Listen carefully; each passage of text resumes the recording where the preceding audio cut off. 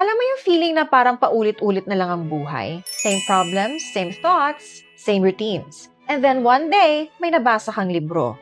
At biglang nagbago ang lahat. Hindi dahil binago niya yung mundo mo, pero binago niya yung paraan ng pagtingin mo sa mundo. So in this episode, isi-share ko yung top 5 books that quietly but powerfully changed my life. Number 5, The Art of Seduction.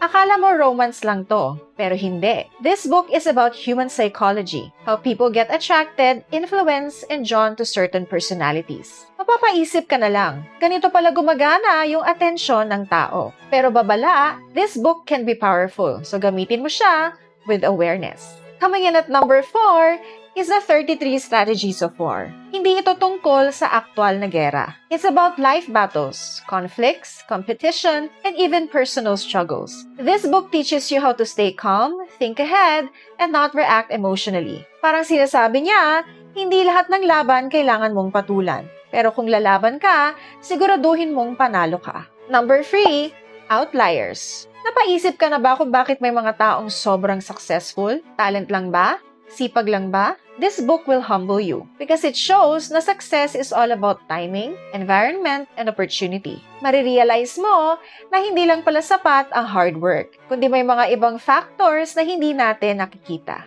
And at number 2 is Ichigo Ichi. The idea is simple.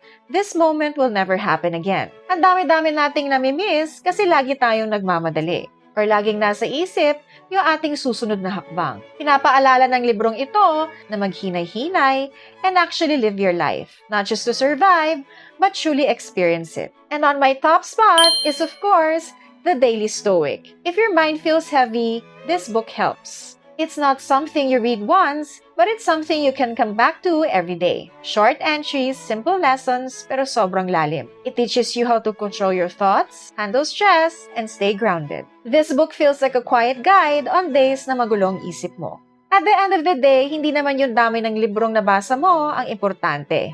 It's the ones that stay with you. Yung mga librong kahit tapos mo nang basahin, binabalik-balikan mo pa rin. So if you're feeling stuck or just looking for a new perspective, maybe start with one of these. Because sometimes the right book finds you exactly when you need it. If you enjoyed this episode, don't forget to like, subscribe, and share it to someone who might need it today. Once again, I'm Tessa Saavedra, and I'll see you again next time dito lang sa Isang Pahina, Isang Kwento, Isang Aral. Ang sarap pala magbasa.